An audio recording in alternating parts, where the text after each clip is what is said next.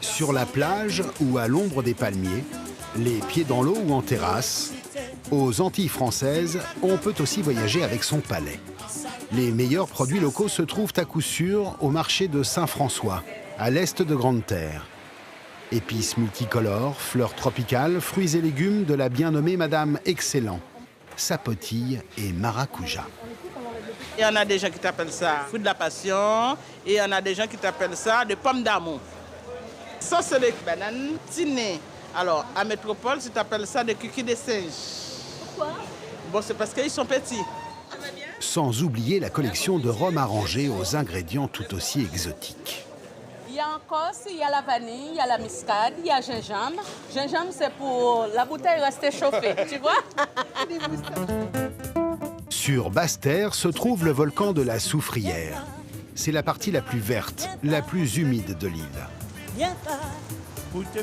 Tout au nord, Sainte-Rose est un village de pêcheurs. C'est ici que vit Clara, une dynamique restauratrice septuagénaire.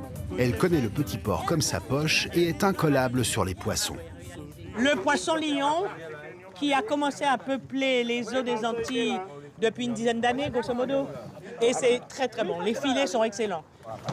Ça, c'est un poisson qui ne s'écaille pas, qui s'écorche. Ça s'appelle le poisson coffre.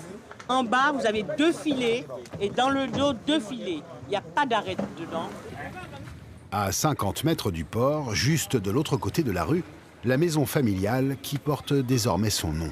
Eh bien ici, c'est donc le restaurant qu'a créé ma mère au départ et que j'ai donc repris.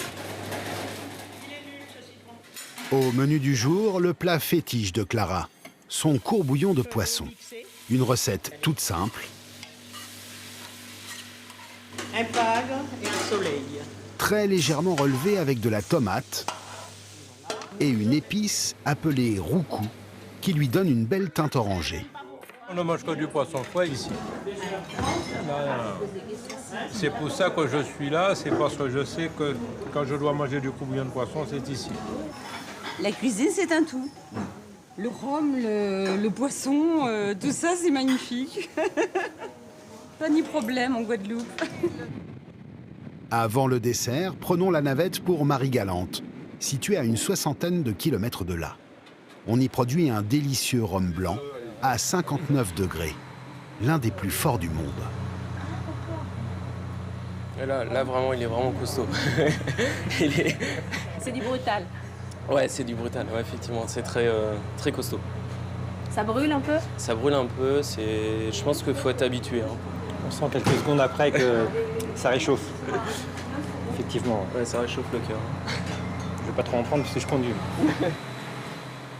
La culture de la canne à sucre est omniprésente sur l'île. Les champs occupent la moitié des terres cultivables.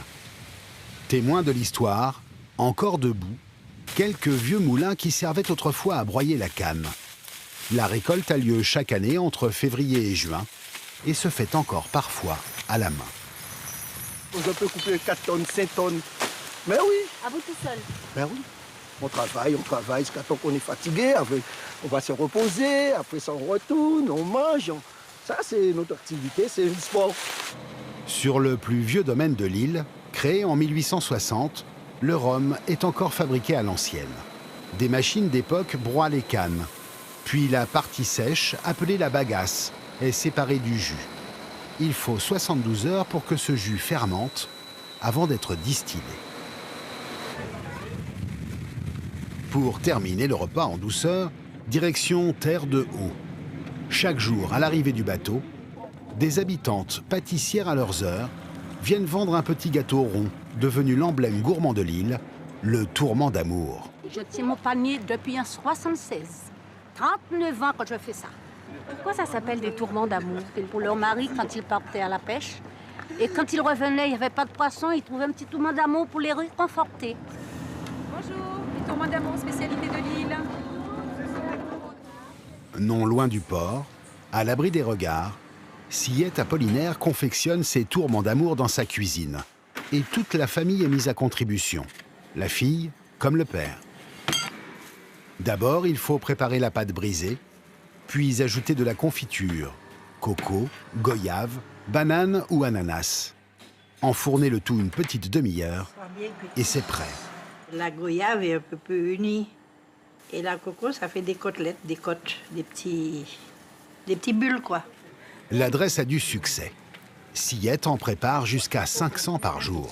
Bon, j'ai pas mon secret à dire. Je ne veux pas dire, c'est simplement une confiture, une bonne confiture, que ça cuise vraiment bien et à feu doux. C'est notre secret, c'est très terre de haut, c'est tout. Le mystère ne cessera donc pas de planer sur les tourments d'amour.